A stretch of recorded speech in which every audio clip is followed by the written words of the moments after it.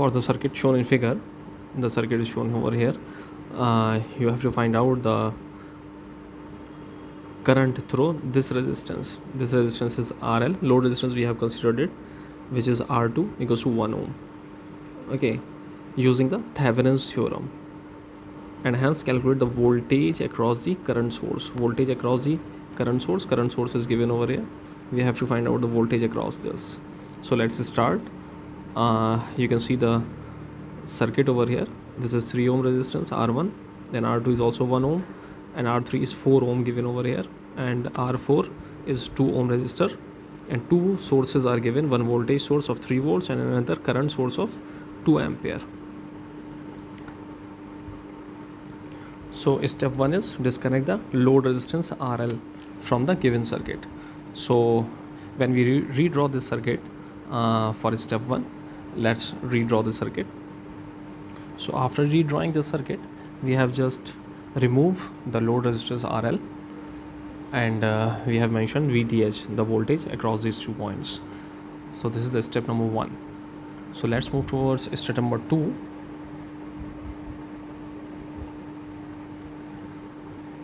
That is calculate VTH in the circuit. Okay, so let's apply any method for this. Let's apply node voltage method. Node voltage method.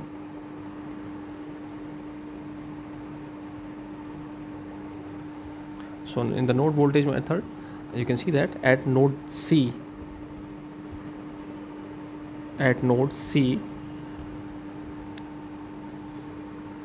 the total current, that is the sum of the incoming and the outgoing current should be equals to 0. So the incoming current at node C, this is the node C mentioned over here. So यहाँ आप देख सकते हैं that 2 ampere is coming from this side, that source 2 ampere plus due to this source, voltage source, we can consider that current I1 is coming over here. Okay, and current I2 is coming from this side. So 2 plus I1 plus I2 should be equals to 0 at this point. So this is at node C. Now you can see that what is I1? 2 plus I1 should be what? Let's consider it that I1 is this current. So the voltage at this point minus the voltage at point C divided by the resistance should be the current I1. The voltage at point A should be, the voltage at point A should be this voltage 3 volts, 3 minus the voltage at this point should be VC, we don't know that, we should calculate, divided by the resistance R1, 3 ohm, plus what is the current I2? The voltage at point B, which is 0, minus the voltage at point C, which is VC, divided by the resistance. Resistance should be, you can see that this resistance 2 ampere and this resistance 4 ampere, total of 6 ampere, 6 ohm, sorry, not ampere. This should become equals to 0. So from this equation we can calculate VC, which should come out to be, VC should be equals to 6 volt. You can simplify this equation, then you will get VC equals to 6 volts. Therefore I1 is what? I1 was 3 minus VC by 3. This should become 3 minus 6 by 3 minus 1 ampere. Okay, and I2 should be 0 minus 6 divided by 6. It was already given over there in the last equation.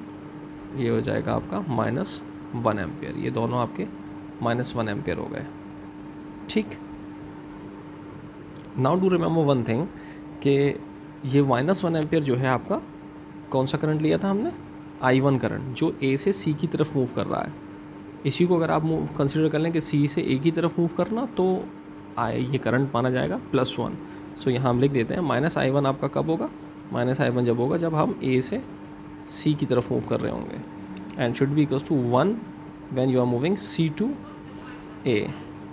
Okay, similarly in the case of I2, when you are moving from G to C, ground to C point, G to C, then it will be -1 and it should become 1 जब आप C से G की तरफ move करेंगे. Alright, so let's move toward step number 3. Now step number 3 over here should be, we are going to redraw the above circuit indicating the direction of the currents in different branches. Alright, so just draw that circuit. Like this was voltage source, 3 volts it was given. Alright, from here this was point A, point B, across which we are going to calculate the VTH. This was resistance already given. This was G, ground, resistance, this was current source, and this was also the resistance R1 given over here. Now direction of current, we have considered I1 is equals to -1 when we have shown the direction in the right side. Now we are considering this I1 equals to +1 ampere and showing the arrow on the left side. Okay, similarly we are going to go over here. I2 should be equals to 1 ampere on this side, and this is 2 ampere, this is 3 volts, this is 2 ohm, and the value of other resistance is also known. Suppose this is 3 ohm and this was 4 ohm. Alright, so just apply the KVL in this loop. This was VTH, ये आपका VTH था. यहाँ आप simply KVL apply कर दीजिए. जब आप यहाँ KVL अप्लाई करेंगे तो सिंपल आपका वोल्टेज जो होगा,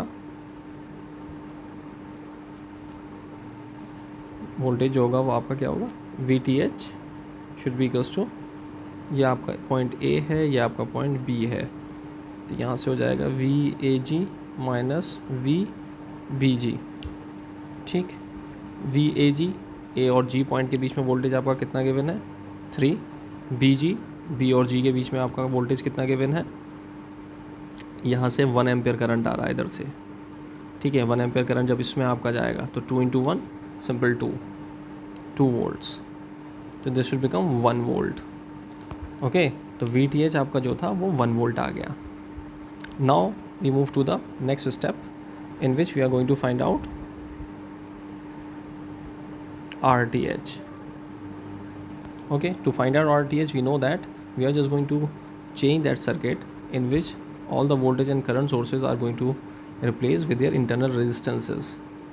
तो जब इंटरनल रेजिस्टेंस से आप उसको चेंज कर देंगे तो ये पॉइंट A है, ये आपका B है, ये रेजिस्टेंस आपका गिवन है, ये रेजिस्टेंस आपका गिवन है.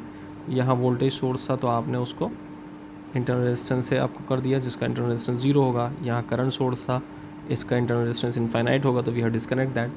तो ये आपका 3 ओम है already known, and this should be 4 ohm and this was 2 ohm. So across these 2 points we are going to find out the resistance RTH. तो इसमें आप देखेंगे कि यहाँ पर R1 है, ये आपका R3 है, ये आपका R4 है. ठीक है, अब अगर इसमें इसके पॉइंट्स के अक्रॉस अगर आप देखें, ये पॉइंट आपका A है, ये B है, और ये डिस्कनेक्ट हो चुका है आपका करंट सोर्स. ठीक, तो अब ये देखेंगे तो यहाँ से A और ये रेजिस्टेंस प्लस ये रेजिस्टेंस, ये दोनों सीरीज़ में आ रहे हैं बिकॉज ये आपका डिस्कनेक्ट हो चुका है. ठीक, तो we are just going to add up. तो RTH आपका जो होगा वो पहले तो R1 प्लस R3 दोनों सीरीज़ में है, ये दोनों ऐड हो जाएंगे. ठीक, अब जब ये दोनों ऐड हो जाएंगे तो उसके बाद में ये आपका R4 जो है वो यहाँ कनेक्टेड है.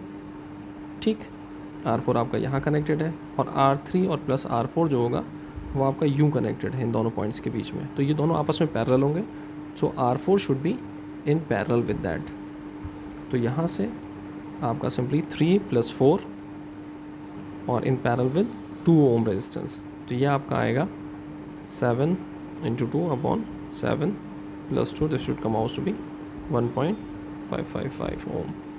ये आपका आर टी एच आ गया. Now in step number 5 we are just going to redraw the standard circuit of the Thevenin's theorem, in which we have VTH, we have RTH, okay, and we have RL load. Okay, RL was what? RL was 1 ohm. RTH आपका कितना आया? We have calculated 1.555 ohm. VTH आपका कितना आया था? 1 volt. तो अब ये सब चीज़ें आपके पास मौजूद हैं. So when you have all these values, तो if you have to calculate the current through this, that is I L, so very easily you can calculate that is, यहाँ से सिंपली आई एल आपका क्या हो जाएगा? Total voltage upon total resistance in the loop.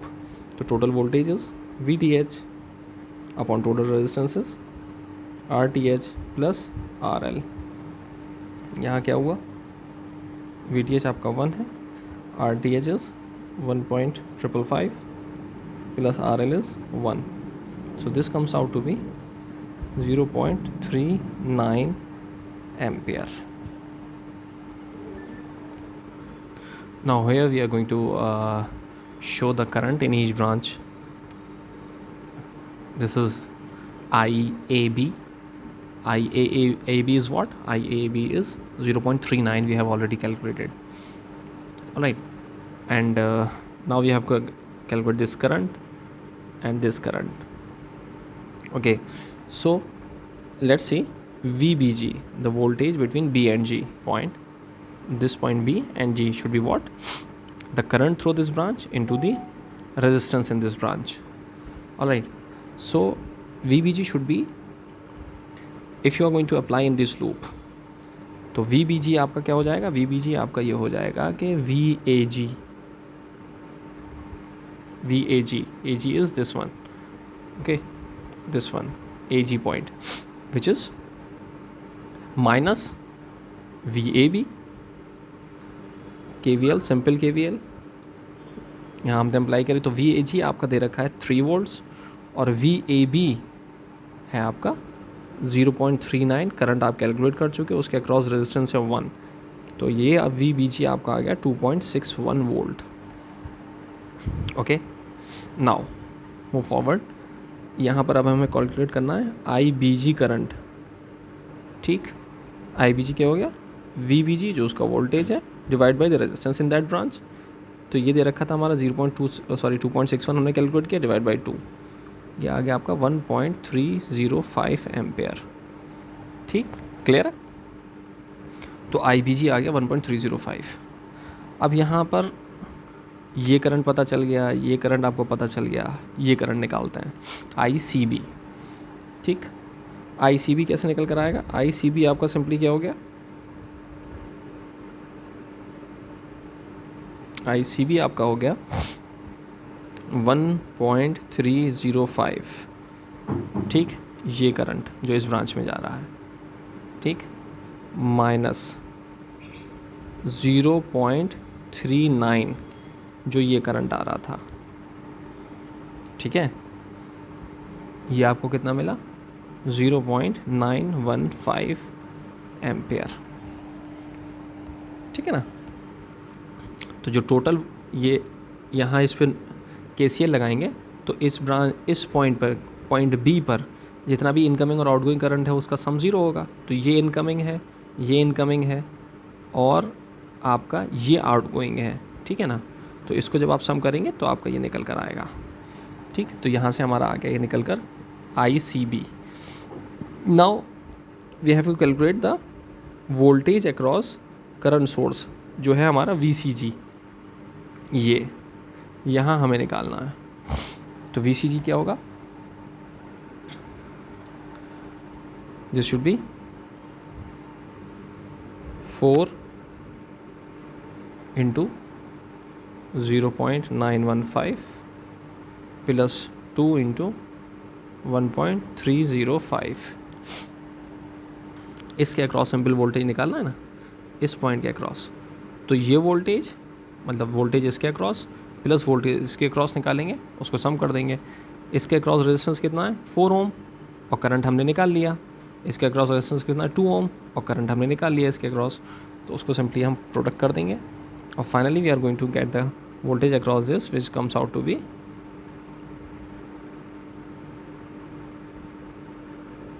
6.27 volts. So this is simple the solution of this problem by using Thevenin's theorem. Thank you.